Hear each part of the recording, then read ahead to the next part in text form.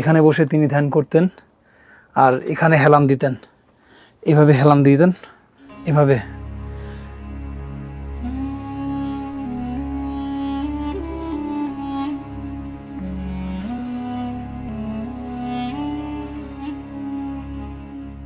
এই সেই সুউচ্চ পর্বত জাবালে নূর তথা হেরা পাহাড়। আজ থেকে প্রায় 1400 বছর আগে মক্কার এক নির্জন পাহাড়ের অন্ধকার গুহায় ঘটেছিল এমন এক অলৌকিক ঘটনা যা পুরো পৃথিবীর ইতিহাস চিরতরে বদলে দিয়েছিল। কি ঘটেছিল সেই হেরা গুহার ভেতরে? নবী মুহাম্মদ সাল্লাল্লাহু আলাইহি ওয়াসাল্লাম নবুয়ত পাওয়ার আগে মক্কার কোলাহল থেকে দূরে শান্ত পরিবেশ খুঁজতেন। এই পাথর আমার নবীর ঘেরান শুকেছে। তাই তিনি মক্কা থেকে প্রায় 4 কিলোমিটার দূরে জাবালে নূর পাহাড়ের চূড়ায় ছোট্ট একটা অন্ধকার গুহায় গিয়ে আল্লাহর ধ্যানে মগ্ন থাকতেন। আর সেই থেকে এই গুহার নাম হয় হেরা গুহা। আজকের দিনটা ছিল আমার জন্য একটু স্পেশাল, কারণ আমি আজকে হেরা গুহায় যাব। পূর্ব থেকেই প্রস্তুতি ছিল, এই জন্য রাত 4টায় বাসা থেকে রওনা দিই। বলে রাখি, আমার কলকাতার এক বড় ভাই নাম সুলতান তার গাড়িতে করে আমাকে আমার বাসা থেকে বেশ দূরে নামিয়ে দিয়েছেন। তাতে আমার অনেকটা উপকার হয়েছে, কারণ সেই অংশে গাড়ি পাওয়াটা একটু টাফ। তিনি ক্যামেরায় আসতে একটু সংকোচ বোধ করেন। যাই হোক, জেদ্দা থেকে মক্কা পর্যন্ত প্রায় 85 কিলোমিটার দূরত্ব। আমি হেরেম শরীফের পিছনেই নেমেছি। হেরেম শরীফে ঢোকার আগে শান্তির প্রতীক হাজার হাজার কবুতর দেখে মনটা জুড়িয়ে গেল। আমি দাঁড়িয়ে থেকে বেশ কিছুক্ষণ সময় কবুতরের খাওয়া দেখলাম। ওরা মানুষের সঙ্গে এত সুন্দরভাবে মিশে যেন মানুষগুলো ওদের বড়ই আপন। গাইস, এই মুহূর্তে আমি হচ্ছে হেরেম শরীফের পিছনে আছি। আমি সরাসরি জেদ্দা থেকে এসে আমি হচ্ছে হেরেম শরীফের পিছনে নামি। তো এখান থেকে গাড়ি এখন চেঞ্জ করতে হবে। তো আমি হচ্ছে এখান থেকে এখন বাসে উঠব। তো যেহেতু আমার কাছে ব্যাগ আছে, আমি ব্যাগ রাখার জন্য আমার একটা কলিগের কাছে যাচ্ছি। লোকেশনটা আসলে খুবই সুন্দর, সকালবেলা ওয়েদারও ভালো। যা হোক, আমি যাই, ব্যাগ রেখে দেখা করে তারপরে আমরা হচ্ছে বাসে উঠব এবং দেন আমরা হেরা পর্বতের গুহায় আর কি ইনশাল্লাহ যাব। যেহেতু হেরা পর্বতে যাব, জাবালে নূরে যাব, তো ভাবতেছিলাম গলা শুকিয়ে গিয়েছে। তো যেহেতু এটা হচ্ছে জমজমের পানি, এখান থেকে মানুষ জমজমের পানি খায় এবং নিয়ে যায়। এই দেখতে পাচ্ছেন, ইনি কিন্তু অলরেডি পানি নিয়ে গেছে। তো আমরা একটু পানি খাবো, আমিও একটু খাবো, কারণ যেহেতু পুরো গলাটা শুকিয়ে গিয়েছে। আর এই মুহূর্তে একটু জমজমের পানি খেলে হয়তো আমার বুকটাও ঠান্ডা হবে। জানেন, এটা রহমতের একটা জিনিস, জান্নাতি জিনিস। তো এখানে আসলে সবাই জমজমের পানি খায়, নিয়ে যায়। আল্লাহর বরকত কখনো শেষ হয় না, এখান থেকে জমজমের পানি কখনো শেষ হয় না। বিসমিল্লাহ।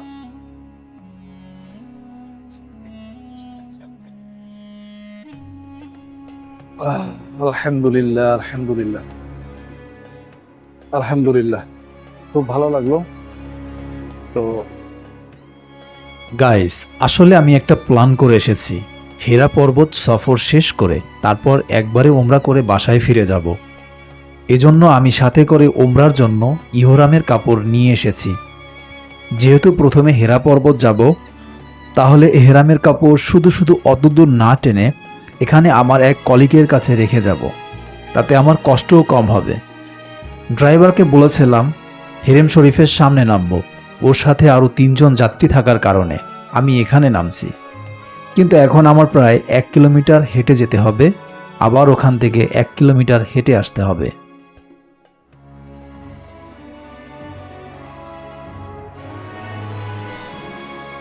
দুই কিলোমিটার হেঁটে ব্যাগ রেখে আমি আবার আগের জায়গাতে চলে আসছি।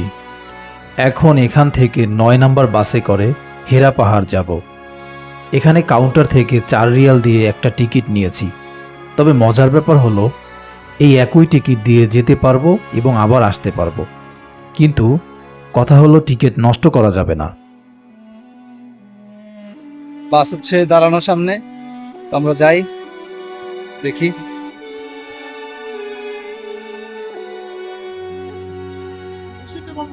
আলহামদুলিল্লাহ, ফাইনালি পৌঁছালাম জাবালে নূর। আমার পিছনে আছে জাবালে নূর। গাইস, এখানে হচ্ছে নতুন মার্কেট দিয়েছে। আসলে দুঃখ পাচ্ছি, আল্লাহর রাসূল যেইখান থেকে গিয়েছিল সেই জায়গাটা বর্তমানে সেই রাস্তাটা বর্তমানে বন্ধ আছে। আসলে হীরা পাহাড় দেখতে মানুষ অনেক দূর দূরান্ত থেকে আসে, কিন্তু এখানে একটু রেস্ট করার সুযোগ পায় না। চারদিকে প্রচুর গরম এবং একটু বসার জায়গাও ছিল না। আর এ ব্যাপারে অনেকেই কমপ্লেন করত এবং অনেকের কষ্টও হতো। হয়তো সেই দিকটা বিবেচনা করে এই দিক থেকে হীরা পাহাড়ে যাওয়ার রাস্তা করেছে সৌদি সরকার। আমাদের নবী যে রাস্তা দিয়ে যেতেন সেই রাস্তাটা বর্তমানে বন্ধ করে দেয়া হয়েছে। আর এখানে বেশ বিশাল করে শপিং মল বানানো হয়েছে। চারপাশে অনেক ধরনের খাবারের আউটলেট এবং নামি দামি ব্র্যান্ডের পোশাকের শোরুম বানিয়েছে। তবে শান্তি পেতাম আল্লাহর রাসূল যে রাস্তা দিয়ে যেতেন সেই রাস্তা দিয়ে যেতে পারলে। গাইস, আমার পিছনেই সেই গারে হেরা, হেরা পর্বত বা জাবালে নূর। আল্লাহর রাসূল সাল্লাল্লাহু আলাইহি সাল্লাম এতটা উপরে কিভাবে হেঁটে উঠেছেন আমি নিচ থেকে দেখে অবাক। আমি উপরের মানুষগুলো এত ছোট দেখা যাচ্ছে, এত ছোট দেখা যাচ্ছে। এখান থেকে উঠতে হবে, এখান থেকে উঠে ওই যে রাস্তা করা হয়েছে ওখান থেকে একদম মাথায় সেই। আমরা কথা না বাড়িয়ে আমরা চলে যাই আমাদের মূল লক্ষ্যে। আজকে আমার জীবনের এই দিনটা স্মরণীয় হয়ে থাকবে, কারণ আজকের দিনটা আমার জন্য স্পেশাল হতে যাচ্ছে। আমি এখন প্রথম পাড়া দেব, বিসমিল্লাহ। আমি এখন পাহাড়ে ওঠা শুরু করলাম। আল্লাহ আমাদের জার্নিকে কবুল করে নিক। আল্লাহর প্রতি, আল্লাহর রাসূলের প্রতি ভালোবাসা এটা আরো বেশি বেড়ে যাবে, কারণ আল্লাহর রাসূলকে যতখানি ভালোবাসি তার প্রতি যতখানি আবেগ, পুরো আবেগ দিয়ে আজকে আমি এখানে আসছি। আল্লাহ কবুল করছেন, আল্লাহ তাআলার কাছে শুকরিয়া, আবারও শুকরিয়া। অনেক সুন্দর, অনেক ভালো লাগতেছে।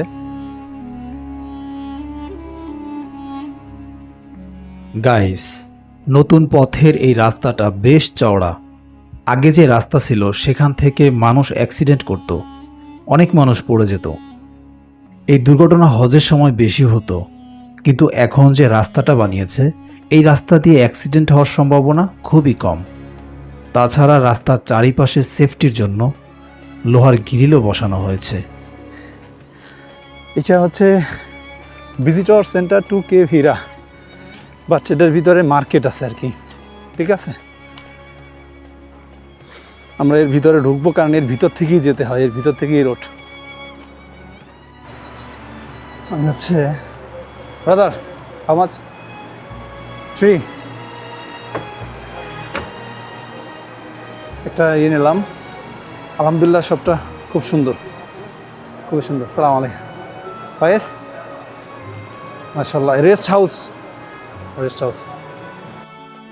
এখানে খাবার, ঠান্ডা পানি এবং রেস্ট নেওয়ার জন্য ইলেকট্রিক চেয়ার আছে, যেখানে পেমেন্ট করতে হয়।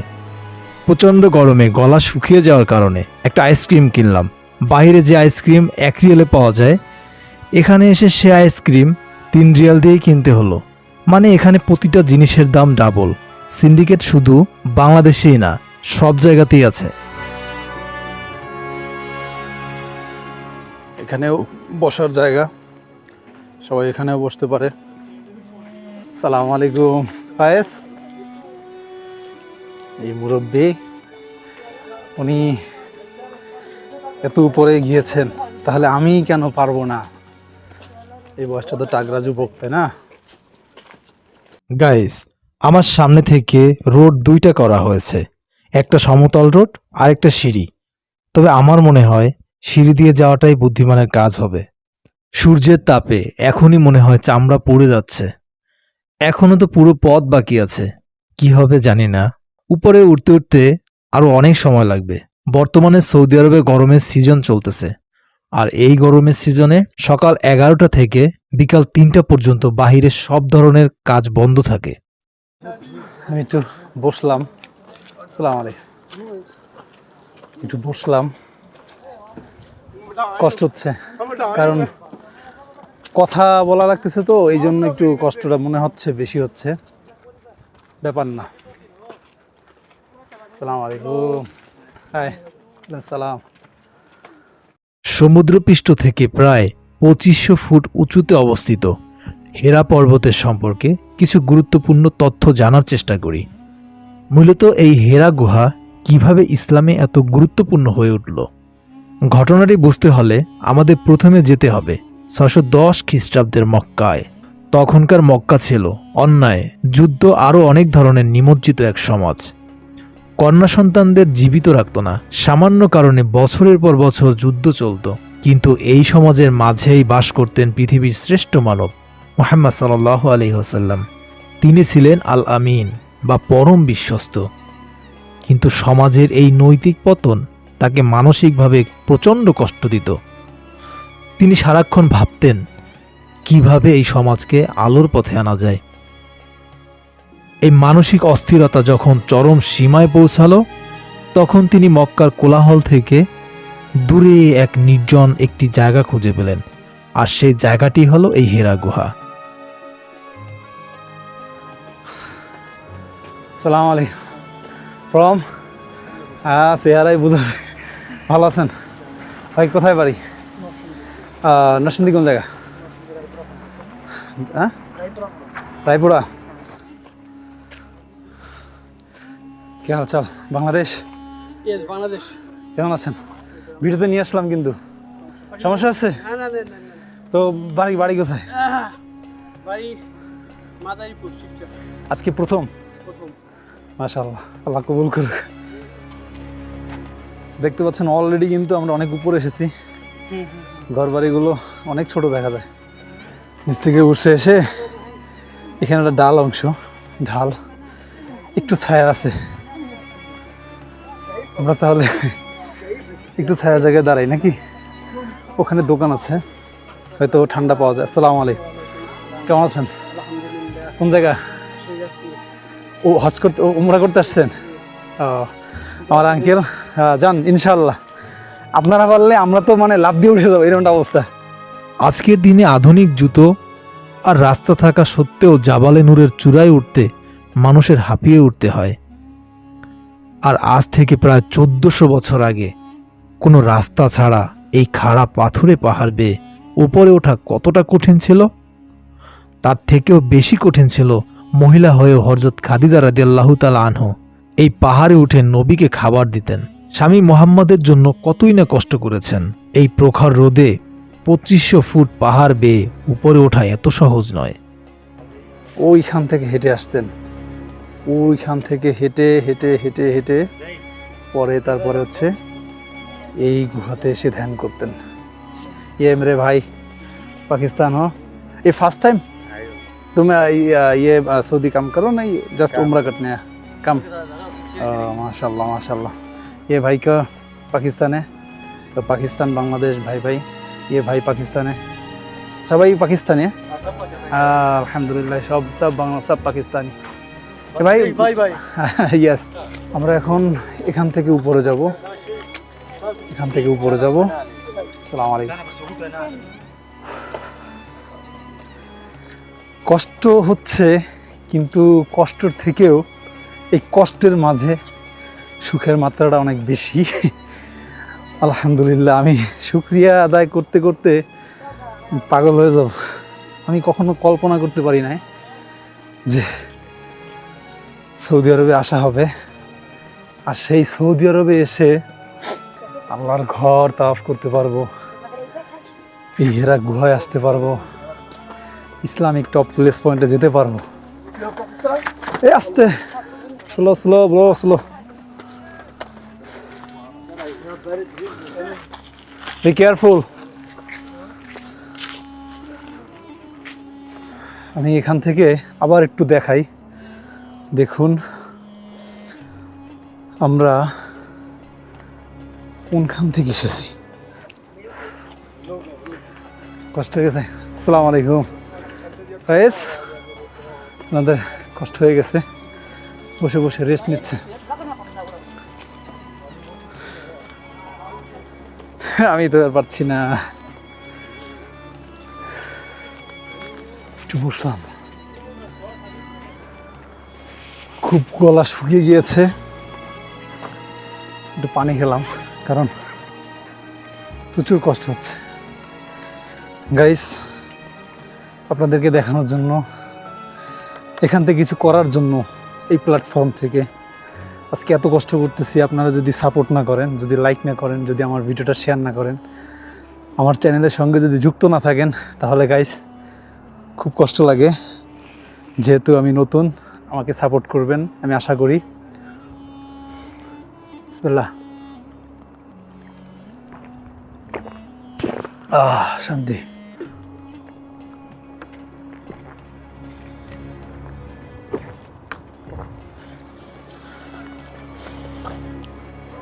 পানি ঠান্ডা পানি নিছি, পানি গরম হয়ে গেছে।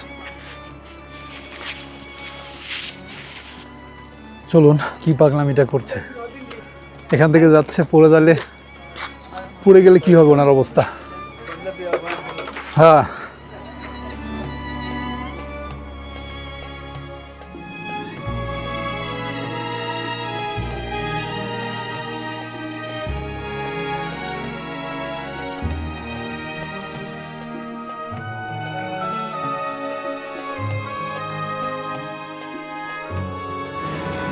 এখানে একটা মসজিদ মনে হয়।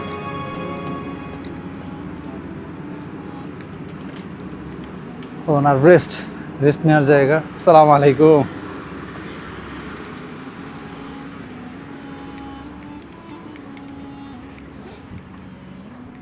হীরা গুহার যতই কাছাকাছি যাচ্ছি ততই আমার আবেগ বেড়ে যাচ্ছে। কল্পনা করেছেন কখনো যে মহামানবকে সৃষ্টি না করলে পৃথিবী সৃষ্টি হতো না? সে যেখানে বসে ধ্যান করত সেখানে যাচ্ছেন, তখন কেমন লাগবে? চলুন এবার জেনে নেই কিভাবে কোরআন নাজিল হয়েছিল সেই রাতে। নবীজি সাল্লাল্লাহু আলাইহি ওয়াসাল্লাম যখন এখানে আসতেন তার বয়স ছিল প্রায় 40 বছর। বাড়ি থেকে সামান্য কিছু জবের ছাতু আর পানি নিয়ে কখনো এক সপ্তাহ বা তার চেয়েও বেশি সময় তিনি এই গুহায় একা কাটিয়ে দিতেন। গুহার ভেতরে বসলে ঠিক সামনে দিয়ে পবিত্র কাবা শরীফ দেখা যায়। নবীজি সাল্লাল্লাহু আলাইহি ওয়াসাল্লাম কাবার দিকে তাকিয়ে দিনের পর দিন গভীর ধ্যানে মগ্ন থাকতেন। আর এভাবেই আসে সেই মহিমান্বিত রাত, 610 খ্রিস্টাব্দের রমজান মাসের শেষ দশকের একটি রজনী, লাইলাতুল কদর। ঠিক সেই রাতে প্রথম জিব্রাইল আলাইহিস সালাম নবীজির সামনে এসে দাঁড়ালেন এবং মানব ইতিহাসের প্রথম ওহী নিয়ে বললেন, ইকরা, যার অর্থ পড়ুন। নবী সাল্লাল্লাহু আলাইহি ওয়াসাল্লাম অত্যন্ত ভীত হয়ে জবাব দিলেন, আমি তো পড়তে জানি না। তখন ফেরেশতা জিবরাইল আলাইহিস সালাম নবীজিকে শক্ত করে বুকে জড়িয়ে ধরলেন। প্রচণ্ড চাপে নবীজির মনে হলো তার দম আটকে যাবে। এভাবে 3 বার বুকে চেপে ধরার পর নাজিল হলো পবিত্র কোরআনের 96 নম্বর সূরা আল আলাকের প্রথম 5 আয়াত। আমি সেই প্রথম 5 আয়াত বলছি। বিসমিল্লাহির রহমানির রহিম। ইকরা বিসমি রাব্বিকাল্লাযী খলাক, খলাকাল ইনসানা মিন আলাক, ইকরা রাব্বুকাল আকরাম, আল্লাযী আল্লামা বিল কলম, আল্লামাল ইনসানা মা লাম ইয়ালাম। এর অর্থ হলো, পড়ুন আপনার রবের নামে যিনি সৃষ্টি করেছেন। তিনি মানুষকে সৃষ্টি করেছেন হৃৎপিণ্ড থেকে। পড়ুন, আর আপনার রব অত্যন্ত দয়ালু এবং সম্মানিত, যিনি কলমের সাহায্যে শিক্ষা দিয়েছেন। তিনি মানুষকে শিক্ষা দিয়েছেন এমন বিষয় যা সে জানত না। আর এভাবেই প্রথমবারের মতো সূরা আলাকের প্রথম 5 আয়াত দিয়ে পবিত্র কোরআন এই হেরা গুহায় নাজিল হয়। তারপর থেকে 23 বছর ধরে পবিত্র কোরআন সম্পূর্ণরূপে নাজিল হয়। দূর থেকে যা ভেবেছি তার থেকেও এখন পাহাড়ের এই অংশটা অনেক উঁচু। এখান থেকে নিচের দিকে তাকালে সবকিছুই পিঁপড়ার মতো ছোট ছোট লাগে। সব থেকে বেশি সমস্যা হচ্ছে এখান থেকে উপরে ওঠা খুবই রিস্ক। এরপরে চলাচলের জন্য যে গ্রিলগুলো বানানো হয়েছে, সূর্যের তাপে এতটাই গরম হয়েছে যে খালি হাতেও ধরা যায় না। সব মিলিয়ে পাহাড়ে ওঠার শুরুটাতে যা কষ্ট হয়েছে তার থেকে বেশি কষ্ট হচ্ছে এখন। আমার আশেপাশে যত মানুষ দেখতেছি প্রত্যেকেই একটু ওঠার পরে বসে পড়ছে, তাহলে নিঃসন্দেহে বোঝাই যায় যে এখানে উঠতে কতটা কষ্ট হয়।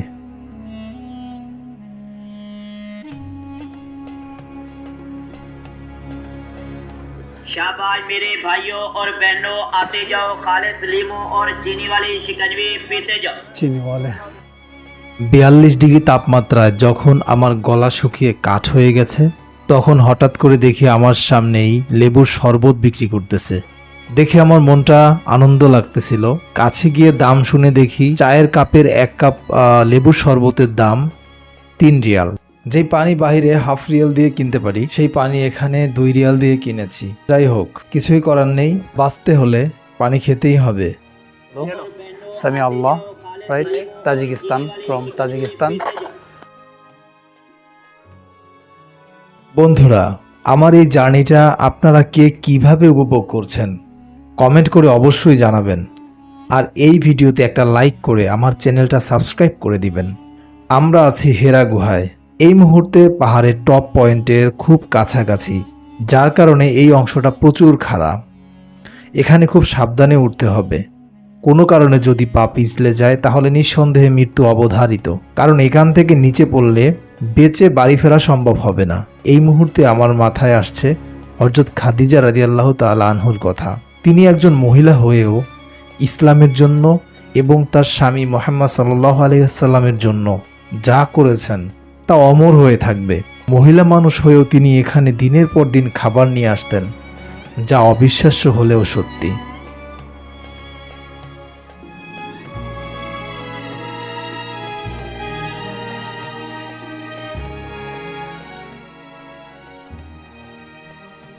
এই মুহূর্তে আমরা এখন টপ পয়েন্টে আছি। তবে আমি যতদূর জানি হেরা গুহাটা উপরে উঠে আবার একটু নিচে নামতে হয়, এটা সম্ভবত ওই পাশে। এই মুহূর্তে আমি পাহাড়ের সর্বোচ্চ উপরে আছি। হেরা গুহা সম্ভবত পাহাড়ের ওই পাশে, কিন্তু উপরে ওঠার পরে আর একটু নিচে নামতে হয়। আমি এখানে সময় নষ্ট না করে সরাসরি হেরা গুহা খুঁজব, তবে এখানেও অনেক দোকানপাট দেখতে পাচ্ছি। যাই হোক গাইস, এই জায়গাতে অনেকে আল্লাহ রাসূলকে ভালোবেসে 2 রাকাত নফল নামাজ পড়ে, তবে সৌদি সরকার এখানে নামাজ পড়তে সম্পূর্ণ নিষেধ করে। অনেকেই বুঝতে পারে না, যার কারণে ভালো কাজে এসেও শিরকের মতো গুনাহ হয়ে যায়। অনেকে ভুলবশত এই জায়গার কাছেই মাপ চেয়ে বসে, ক্ষমা চায়। আর এই জন্যই মূলত সৌদি সরকার এইখানে নামাজ পড়া নিষেধ করেছেন। বন্ধুরা, আপনারা দেখতে পাচ্ছেন আমি এখন হেরা গুহার সামনেই দাঁড়িয়ে আছি। আমার ভাবতেই স্বপ্নের মতো মনে হচ্ছে। ছোটবেলা থেকে বই পুস্তকে যে হেরা গুহার কথা শুনে আসছি, আজ আমার চোখের সামনেই সেই হেরা গুহা। এ যেন জলজান্ত একটা স্বপ্ন। আমার সামনেই হেরেম শরীফ, পুরো মক্কা এক পলকেই দেখতে পাচ্ছি। তো আমরা এখন এখান থেকে নিচে নামবো। দেখতে পাচ্ছেন এই জায়গাটা প্রচুর খাড়া, খুবই সাবধানে নামতে হয় এই জায়গাটা থেকে।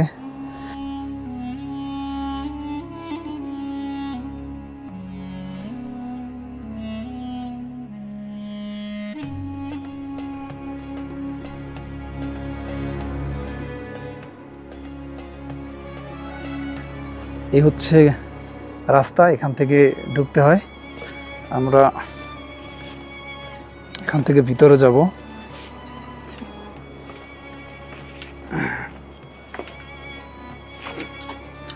এই হলো রাস্তা। আমি হচ্ছে ভিতরে ঢুকবো এখন।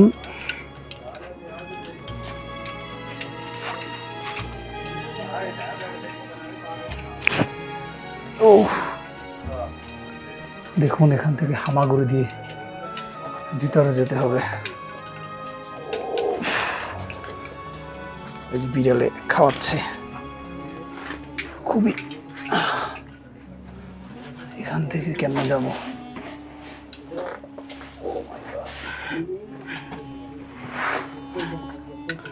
গাইস, খুবই টাফ।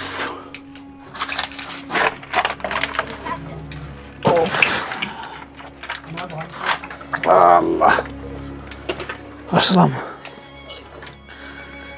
গাইস, আলহামদুলিল্লাহ এই সেই গুহা। তো আমার রাসূলের গায়ের গন্ধ উফ, এখানেই জড়িয়ে আছে তার স্মৃতি। এখানেই বসে তিনি ধ্যান করতেন। এভাবে রাখো। এখানে বসে তিনি ধ্যান করতেন আর এখানে হেলান দিতেন, এভাবে হেলান দিতেন, এভাবে অনেক সময় এখানে শুতেন। উফ, এই হলো সেই জায়গা। তো কতটা লাকি দেখুন, কোনো মানুষ এখানে নাই, অথচ আমি একা, আল্লাহ আমি একা এখানে আছি। মাশাআল্লাহ, এই সেই পাথর, যে পাথর, এই পাথর আমার নবীর ঘেরান শুকেছে। আজকে আমি সেই জায়গায় সেই পাথরে স্পর্শ করতে পেরেছি। আল্লাহর কাছে আমি শুকরিয়া জানাই।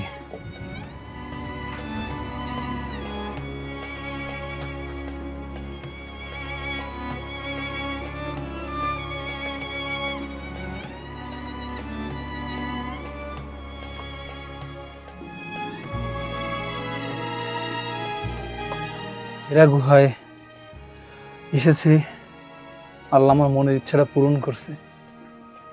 এইখানে আমার রাসূল, তার ঘ্রাণ পাচ্ছি আমি আবেগ ধরে রাখতে পারতেছি না।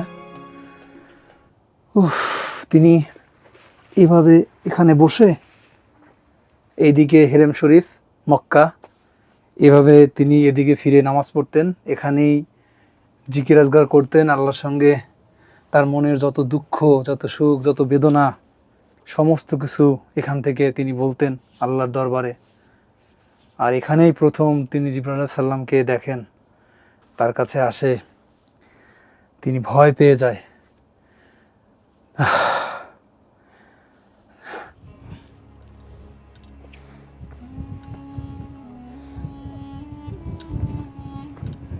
দেখুন, হেরা পাহাড়ের একদম চূড়ায় আছি।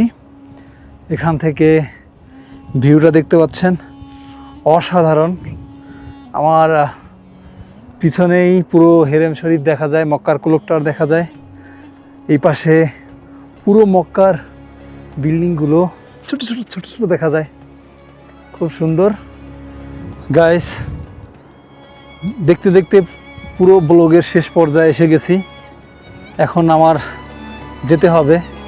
প্রচুর গরম, প্রচুর রোদ, প্রচুর। আল্লাহর কাছে শুকরিয়া যে আমি এখানে এসে আমি একা একা কিছু সময় বসতে পেরেছি, আমি কিছু দোয়া করতে পেরেছি। যা হোক, আজকের দিনটা আমার জীবনে স্মরণীয় হয়ে থাকবে।